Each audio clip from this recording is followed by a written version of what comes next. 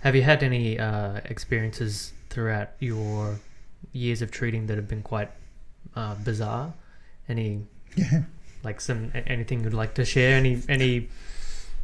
Well, some of them I've kept quiet for years because honestly, you would start to think I'm either loony or the patient is loony, but they're not. It's the way the person reacts to what's happening. I mean, people have definitely had, if they're being counselled with someone and they hit on a touchy subject, there's definitely a physical reaction and a reaction, and these can be good or bad. But I've had a couple where I think I had to think about things a lot. You know, like what just happened? And one of them was a psychiatrist I was actually treating, and they had a lot of childhood issues, which they knew about. But the person said, I'm really good at sabotaging the healing because I know what to do. I need somebody to approach it from a point of view I can't test it. And I said, well, okay, we'll go real old school. Yeah. So basically it was, someone called an exorcism, but it's not. What we did was a series of treatments that I'd learnt. One was the 7 Dragons treatment, or the series of points was supposed to help with deep emotional stuff, so I used that. And then there was a mixture of some other rituals that were done not just in China but from her culture. I found out where she came from. She was Celtic, so I found some old Celtic things that would probably stimulate her mind to get out of the way of interfering constantly. And so she was intrigued when I do the treatments that I would say things. Say there was one, a prayer in Gaelic. I went and learnt it.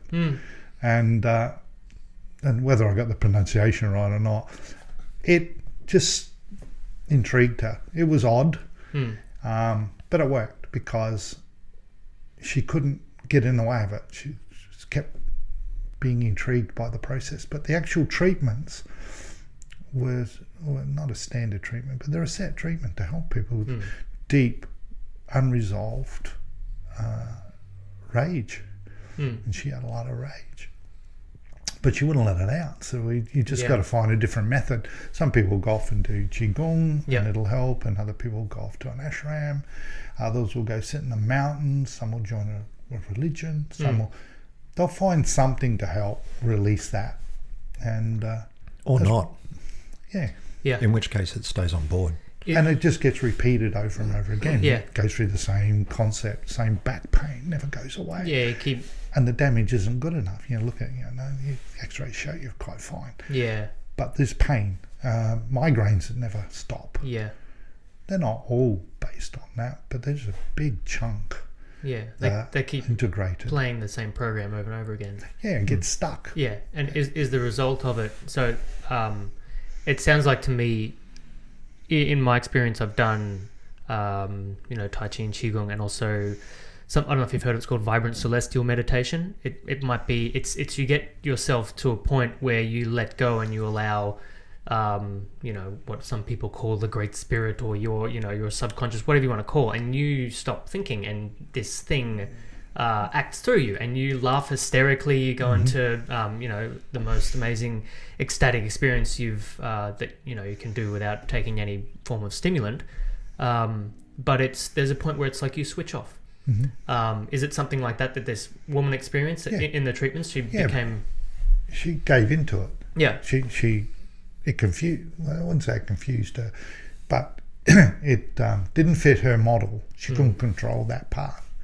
And there was a philosopher, Alan Watts, said once, the only way to get sane is to go out of your mind. And from that point, he meant that sometimes people going insane is their mind having a rest. They're stepping away from the life they have right out. The trouble is you can't go too far.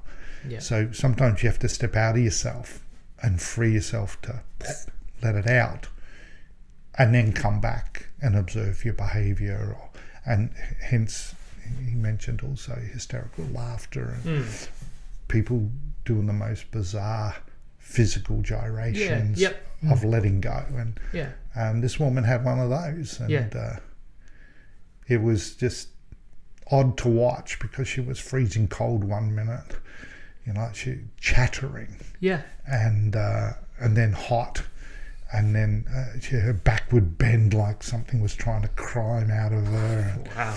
And I guess my second apprentice was in the room with her partner, and they're all, and I'm going, yeah, well, this happens sometimes. That was the way her body was expressing everything she put inside that she controlled. Yeah. It had twisted her up. Yeah, and you can see how that would be, in older times, that's an exorcism. That's, they would have a said demonic possession of some something sort. left. Yeah. And they thought it was a demon. Now we know that people go through physical changes when they release tension, and depending on how much you've been pumping in there and how well you've controlled it or manipulated it will decide how you feel and what symptoms and possibly what illness you develop throughout time. Yeah. And how much there has an influence over illness. Yeah, and if you open up the floodgates. Gets floody.